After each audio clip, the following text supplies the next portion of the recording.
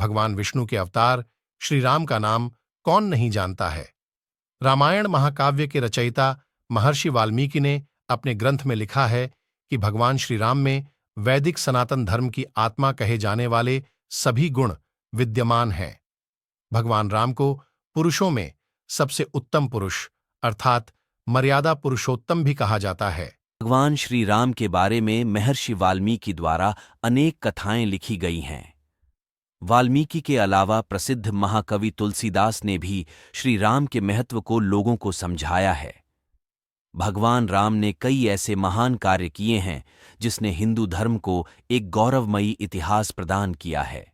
भगवान राम अपनी प्रजा को हर तरह से सुखी रखना चाहते थे। उनकी धारणा थी कि जिस राजा के शासन में प्रजा दुखी रहती है वह राजा नरक भोगी होता है। महाकवि तुलसीदास जी ने रामचरितमानस में राम राज्य की विशद चर्चा की है। माना जाता है कि अयोध्या में 11,000 वर्षों तक भगवान राम का दिव्य शासन रहा। त्रेता युग में जन्मे भगवान श्री राम अयोध्या के महाराज दशरथ के सबसे बड़े पुत्र थे। लक्ष्मण, भरत, शत्रुघ्न राम के भाई थे। भगवान राम की मां कौशल्या थीं और शेष सुमित्रा और कैकई के पुत्र थे। भगवान राम का विवाह मिथिला नरेश राजा जनक की पुत्री सीता के साथ हुआ था। लक्ष्मण की पत्नी उर्मिला, शत्रुघ्न की पत्नी श्रुतकीर्ति और भरत की पत्नी मांडवी थी।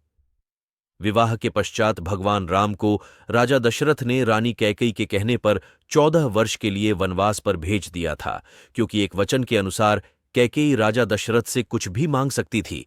तो रानी कैकेयी ने दासी मंदोदरी के उकसाने पर भरत को अयोध्या का राजा बनाने और राम को वनवास देने की इच्छा जताई और पिता की आज्ञा का पालन करके भगवान राम सीता और लक्ष्मण के साथ वन की ओर चले गए। वनवास के दौरान भगवान श्री राम ने देश के सभी आदिवासियों और दलितों को संगठित करने का कार्य किया और उनको जीवन जीने की शिक्षा दी। उन्होंने देश के सभी संतों और उनके आश्रमों को राक्षसों, दैत्यों के आतंक से बचाया था।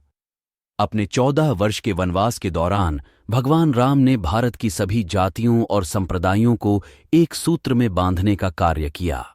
चित्रकूट में रहकर भी उन्होंने धर्म और कर्म की शिक्षा दीक्षा ली। भगवान राम ने भारत भर में भ्रमण कर भारतीय आदिवासी, जनजाति, पहाड़ी और समुद्री लोगों के बीच सत्य, प्रेम, मर्यादा और सेवा का संदेश फैलाया। और यही कारण था कि राम का जब रावण से युद्ध हुआ तो सभी तरह की अनार्य जातियों ने राम का साथ दिया।